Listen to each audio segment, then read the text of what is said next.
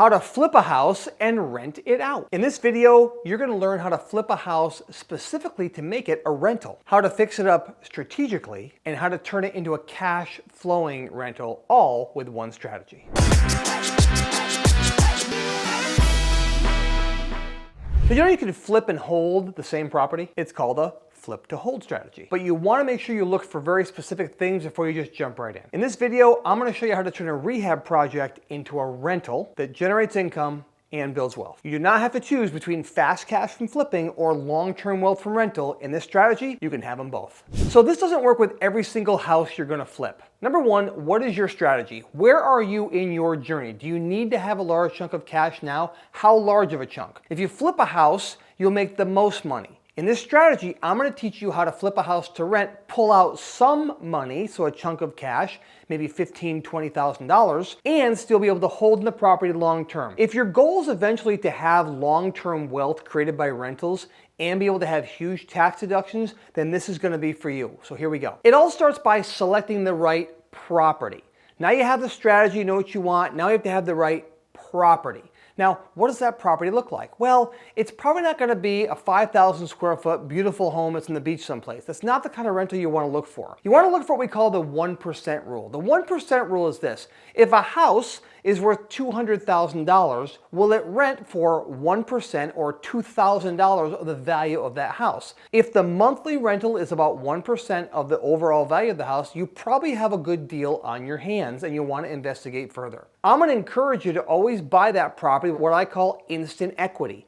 Meaning if you negotiate and buy the house cheap enough, now you can have money in the deal to be able to put money in your pocket, and I'm going to share that with you in a minute, so stay tuned. I would recommend highly that you have a minimum of a 3-bedroom, 1-bath. You can certainly do 2-bedroom, 1-bath homes, but a 3-bedroom, 1-bath, or a 3-bedroom, 1.5, or 3-bedroom, 2-bath are great rental properties to have. I would stay away from 1-bedroom houses or 1-bedroom in-law apartments. I find them very difficult to rent and to keep rented. People that rent 1-bedrooms aren't there for the long term usually.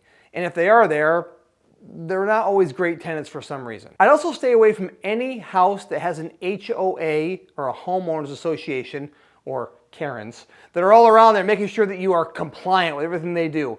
They'll drive you crazy. We did this early on in our career and found out to be just a disaster, so we stay away from HOAs. So you can learn about renovations on our channel. We have a lot of videos about how to do a renovation. It's very different doing a renovation for a rental as opposed to doing one for a flip. Let me give you an example. On a house that you're going to flip, if a roof has 5 or 8 or 10 years left on it, there's a good chance that the buyer of that property, when you flip it, is going to want a new roof on the house, or at least a credit, because that roof is towards the end of its useful life. However, if you're going to rent that property, there's no way a tenant would ever say, I'm not going to rent that house because that roof's a little bit too old. They don't care about that. Maybe the windows should be replaced if it's going to be a flip, but if the windows are not cracked and they have storm windows on and they're safe and secure, then you would keep those same windows as a rental. Inside, you may not have to replace the kitchen cabinets. Maybe a coat of paint and a new countertop might spruce the place up to be a great rental for you long term. You don't have to spend nearly as much money on things in a rental that you would in a flip. If you keep that in mind when you're going in, you can put the least amount of money in. Now, I'm not saying be a slumlord. I'm not saying give a bad property. I'm saying always give them a clean, nice, safe place to live.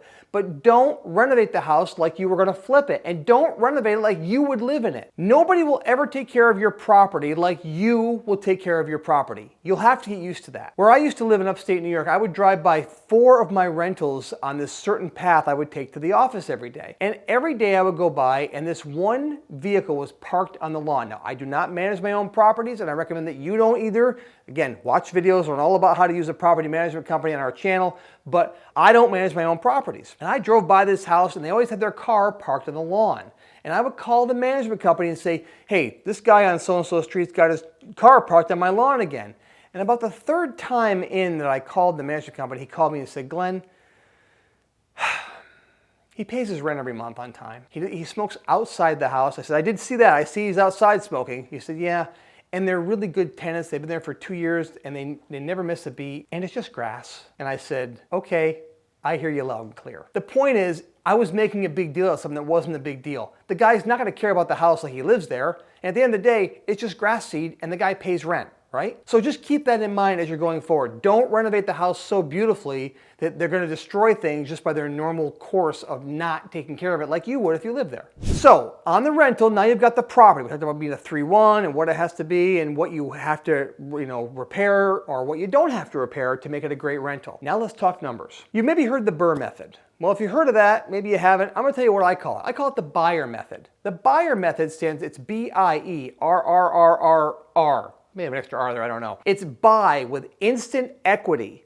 Then I want you to renovate the house. Then I want you to rent the house out. Then I want you to refinance the house. Take your cash out of it. And then I want you to repeat that process. That's the BIERRRR Method. And what I mean is when I say buy with instant equity, I mentioned before, buy the house cheap enough so you have instant profit built into the deal. It's like walking into a bank account and it's like walking into a new bank and setting up an account and then saying, well, we're going to start your account out with $25,000. Would that be okay, sir? Absolutely. Let's start out with that. I want you to buy the house with equity built in the property. So you want to negotiate to buy it cheap enough. So you buy with instant equity. Then I want you to renovate the house as a rental. We just talked about it. Don't do a full flip. Don't do a full renovation. Do a rental renovation. Then rent it out. Put a tenant in it. Then I want you to do a cash out refinance. You go to a local, what's called a portfolio lender, usually a credit union or a small local bank, and they'll usually give you 80% LTV. LTV stands for loan to value. 80% of the value of that home, provided the rent will be covering that payment. If that's the case and you bought with instant equity, you should be able to put $10,000, $15,000, $20,000 in equity or cash out in your pocket tax free. You take a loan out on your property, your tenant is paying back the monthly mortgage payment. You get to spend that money how you want to spend it. That's how you take money out of a property and let it appreciate and let the cash flow start to come in. Get all the benefits of being a rental property owner without being a landlord. You can learn all about the BIERRRR Method inside of our channel. It's how that method has made Amber and I multi-millionaires, and my only regret as a real estate investor is I didn't start doing that sooner. If you're thinking about flipping to rent, you have got to make sure that you have your numbers correct. So I want you to watch the next video where I'm going to show you how to evaluate a deal start to finish to learn how much you should pay for the property. It's called your MAO, your maximum allowable offer.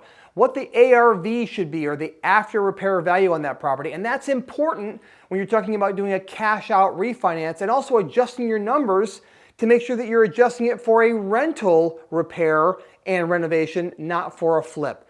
Look, we have learned this through 20 years of hard knocks, and this form and this system we still use to this day to flip over 100 houses a year in our business. And I want to give it to you here today for absolutely nothing. It's my gift to you. So watch this video and learn more, or click the link below in the description, and that's my gift to you.